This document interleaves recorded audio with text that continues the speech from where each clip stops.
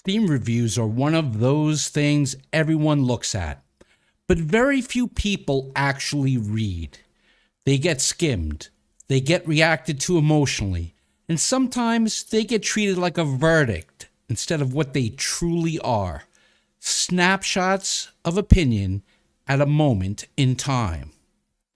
And Ashes of Creation is kind of the perfect case study for that. Steam reviews don't just shape opinions, they set expectations. So let's talk about it.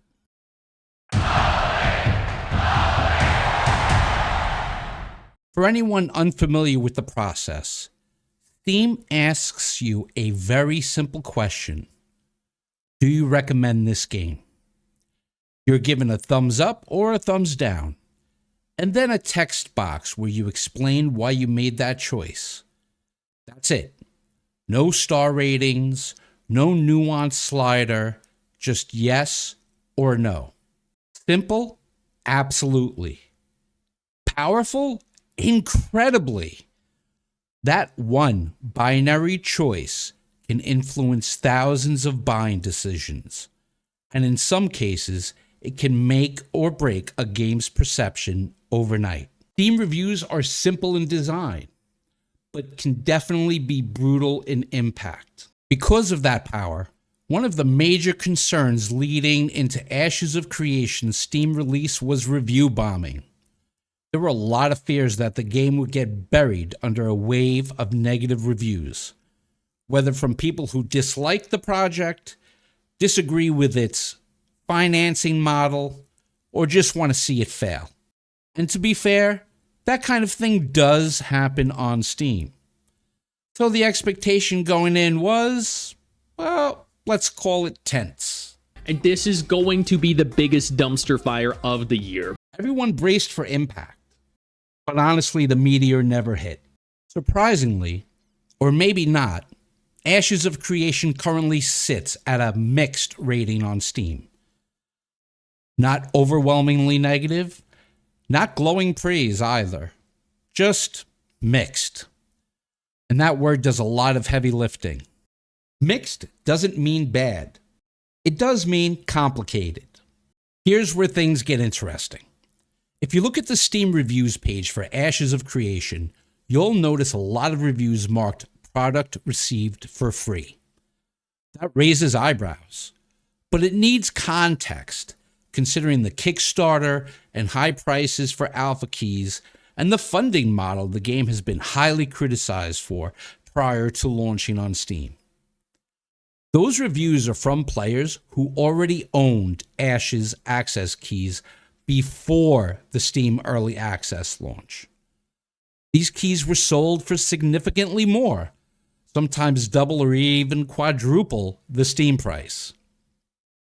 When those players linked their accounts through the Intrepid website to Steam, Steam couldn't verify a direct purchase through its platform.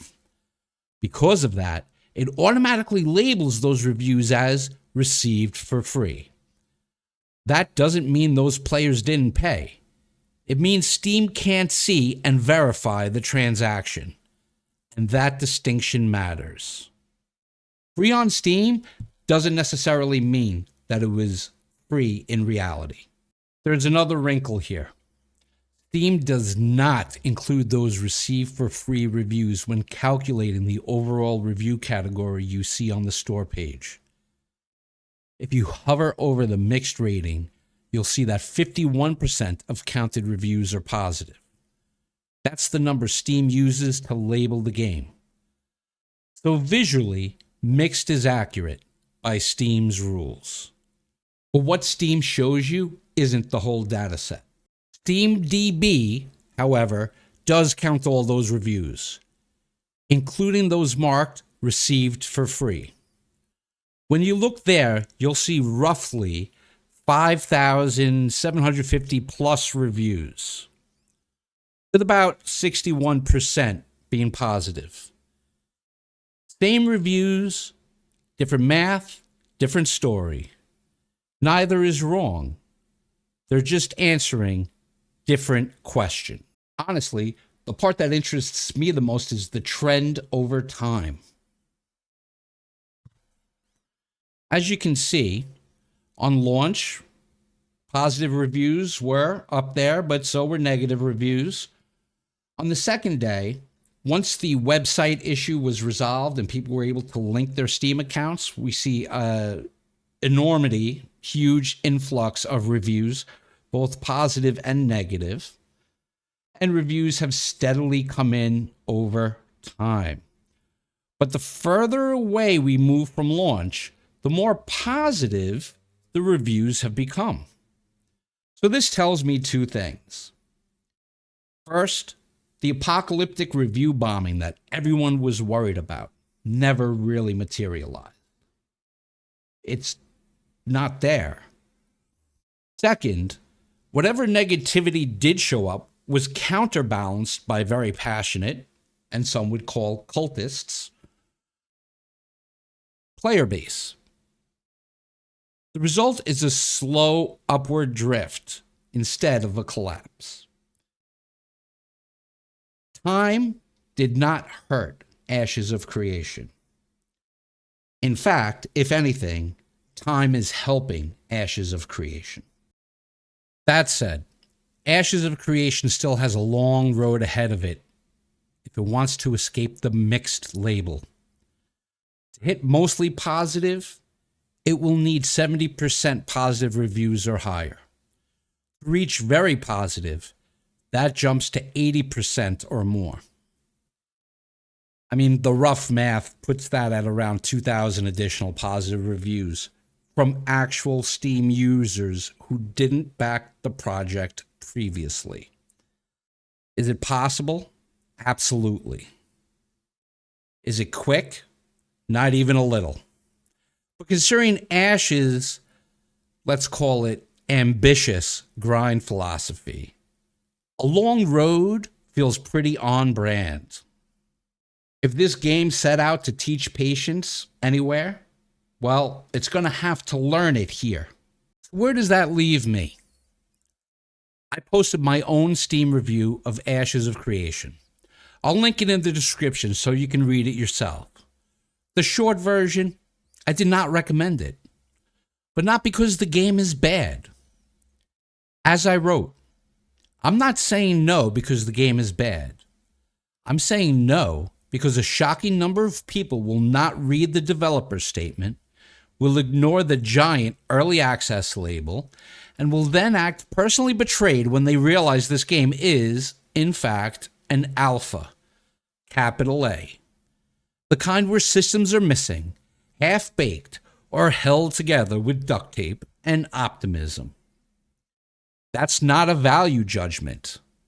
That's expectation management. My no was about timing, not about the potential that this game obviously has. I also got a comment on my last video saying that at 25 hours a week, I'm a casual. That's true, and I've never pretended otherwise. I don't live in a world where a 120-hour-a-week grind is realistic. And I'm guessing most of you don't either. And that perspective matters, because the average player experience is what ultimately is going to define a game, not the extremes. So if you liked the video, hit that thumbs up and tap the subscribe button, because here on YouTube, it's free. And hey, with enough subs, maybe one day I can be one of those always online players, grinding away for hours and hours and hours. Either way, thanks for watching. Games don't live or die by grinders alone. Good luck, have fun, and happy holidays to all.